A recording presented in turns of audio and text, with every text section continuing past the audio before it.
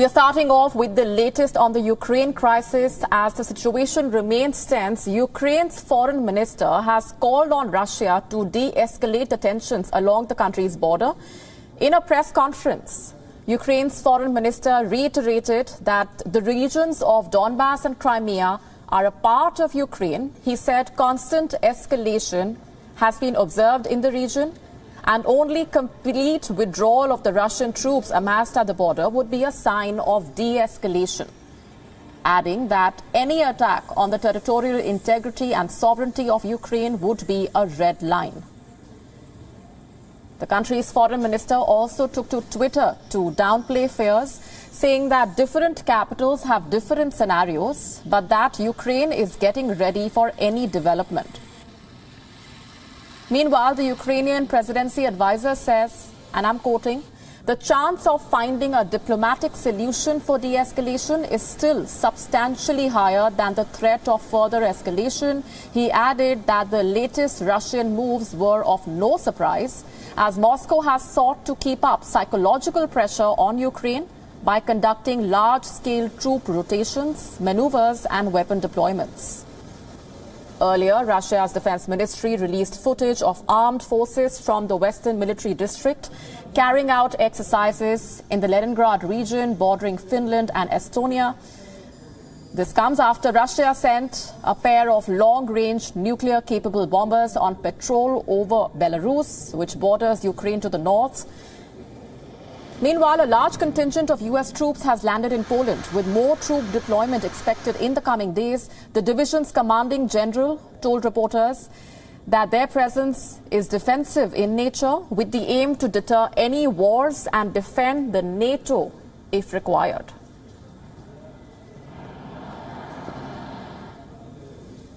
For more updates on these developments, our executive editor Palki Sharma Upadhyay is with us from Ground Zero. She's been getting us the very latest from Kiev. Hi, Palki. The Ukrainian foreign minister says Donbass and Crimea are a part of Ukraine, and the withdrawal of Russian troops from these regions will be considered as a clear message of de-escalation. How do you view this statement? In two words, I would call it wishful thinking, given the situation right now. More than 100,000 Russian troops are at the border. They're getting ready for extensive military drills with Belarus. They've deployed the Su-35 fighter jets, the S-400 missile defense systems, 30,000 odd soldiers. The Russians do not look like they're pulling out of Crimea.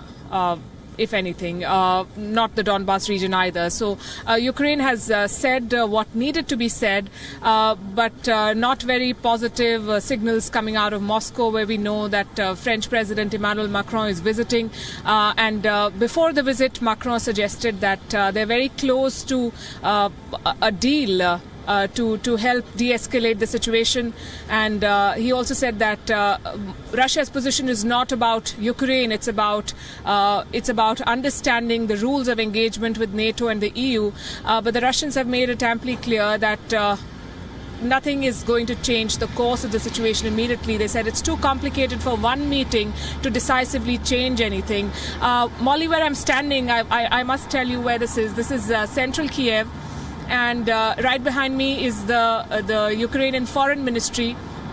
And in this city, at this point, as we speak, there are foreign ministers of 4 other countries visiting, and they're all here to give a morale boost to the Ukrainians. The Europeans are trying to tell the Ukrainians that we are standing with you, but the Ukrainian government is going to need a lot more than morale boosters, a lot more than military equipment as well, to deal with an invasion if it comes to that.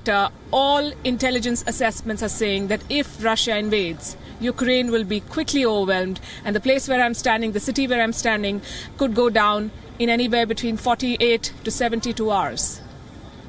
Right, and as tensions escalate, talks and visits continuing, but there has been no breakthrough.